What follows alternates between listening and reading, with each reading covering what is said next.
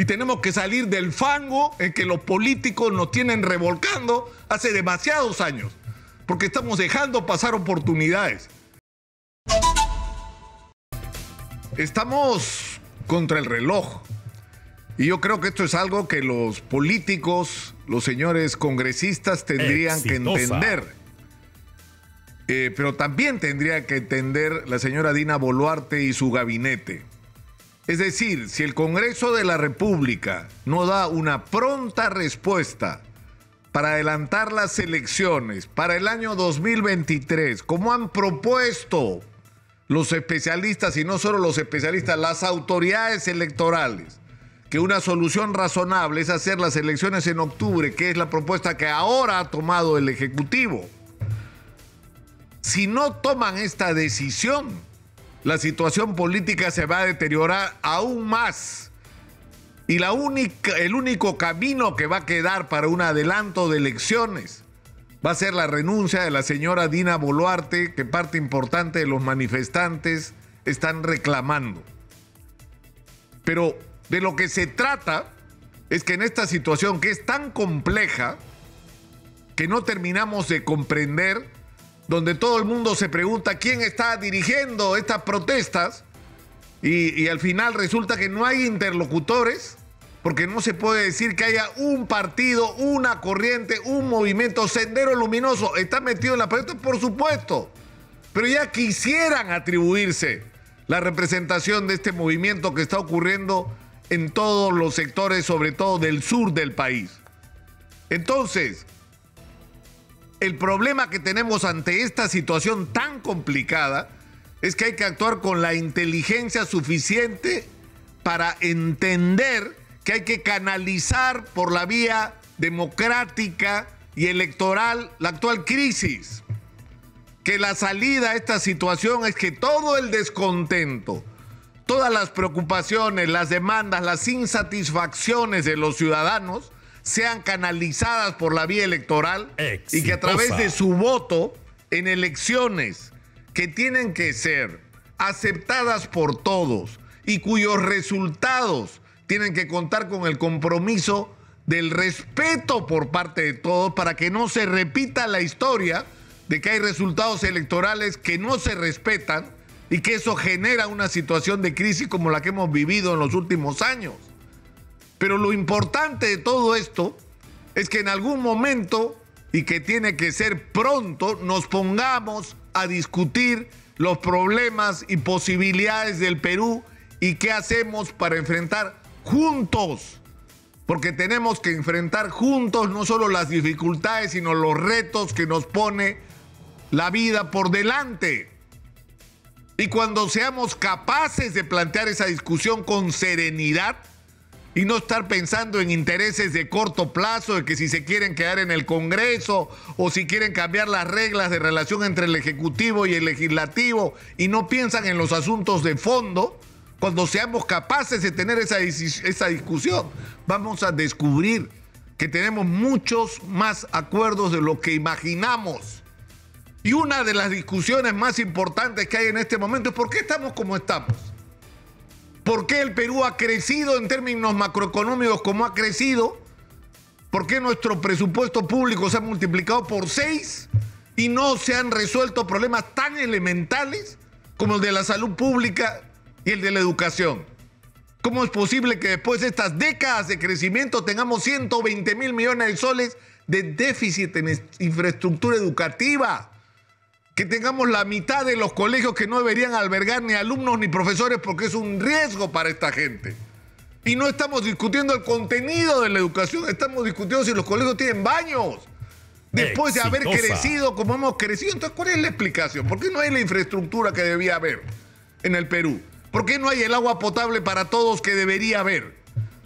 Y la respuesta ¿es la Constitución la que tiene la culpa de que estemos como estamos?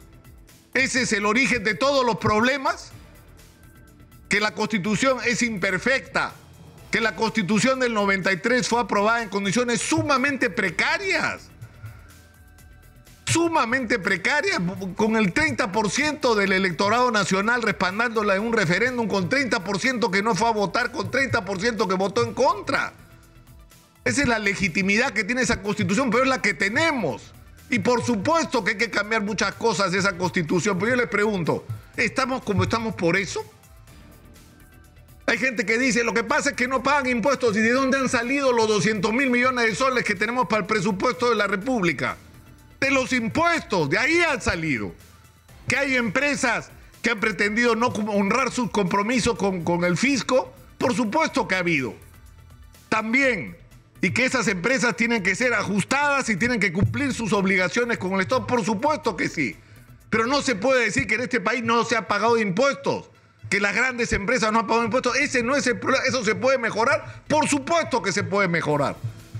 ¿Cuál es el origen? Los contratos, tal como se han hecho, que pueden ser mejorados. Por supuesto que pueden ser mejorados.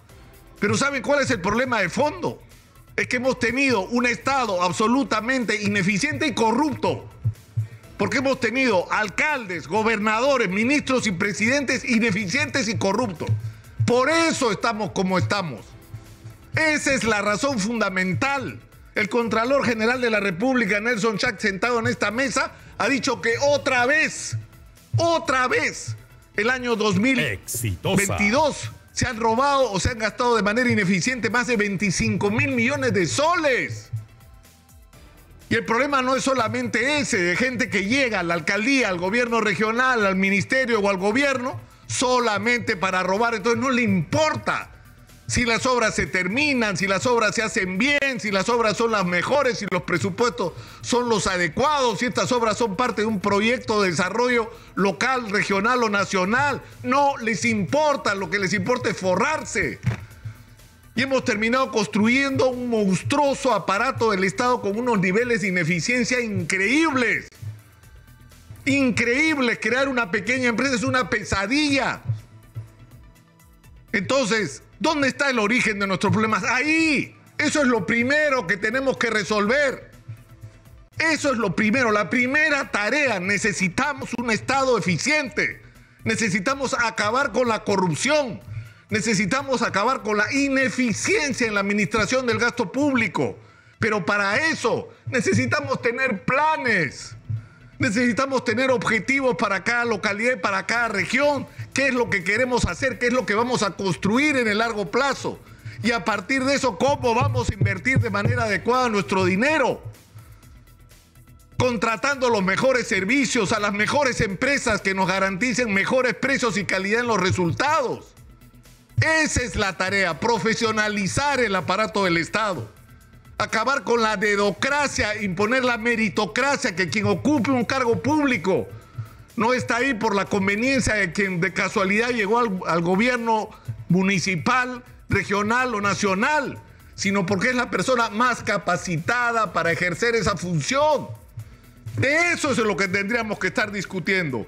Y lo que vamos a descubrir en esa discusión, como por ejemplo la discusión, ¿qué nos hacemos con la minería? Que es nuestra principal fuente de ingresos en este momento. ¿Podemos ponernos de acuerdo? ¿Necesitamos o no necesitamos la inversión extranjera? Porque decir que no la necesitamos es estar loco. No entender nada de cómo se mueven las cosas en el mundo. Pero simultáneamente tenemos que resolver los problemas con las comunidades. Porque no puede ser que se hayan desarrollado proyectos mineros donde parte de los beneficiarios importantes no han sido en demasiados casos las comunidades, y por eso tenemos este clima de inestabilidad social alrededor de todos los proyectos mineros. Y eso es algo que hay que resolver, las dos cosas. Traer la mayor cantidad de inversión que podamos y por el otro lado resolver de largo plazo el problema de la estabilidad social, haciendo felices a los comuneros y a la gente de los entornos de los proyectos mineros. No es tan difícil si se pone voluntad, si se plantea como un objetivo y si lo compartimos todos y todos hacemos de nuestro lado lo que podemos hacer. Hay que entrar ya en esta discusión y tenemos que salir del fango en que los políticos nos tienen revolcando hace demasiados años, porque estamos dejando pasar oportunidades. Y cuando entremos a la discusión sin ideología, sin prejuicios, sino poniendo en el centro la realidad del Perú, los intereses reales de los ciudadanos y los caminos que debemos tomar, insisto, vamos a descubrir las extraordinarias coincidencias que podemos tener y vamos a descubrir que podemos perseguir todos juntos, más allá de nuestras diferencias, objetivos comunes como nación Vamos a hacer finalmente lo que no pudimos hacer y no hemos hecho a lo largo de 200 años de independencia. Vamos a construir una república. Soy Nicolás Lucar, esto es Hablemos Claro, estamos en Exitosa, la voz que integra al Perú. Hablemos Claro.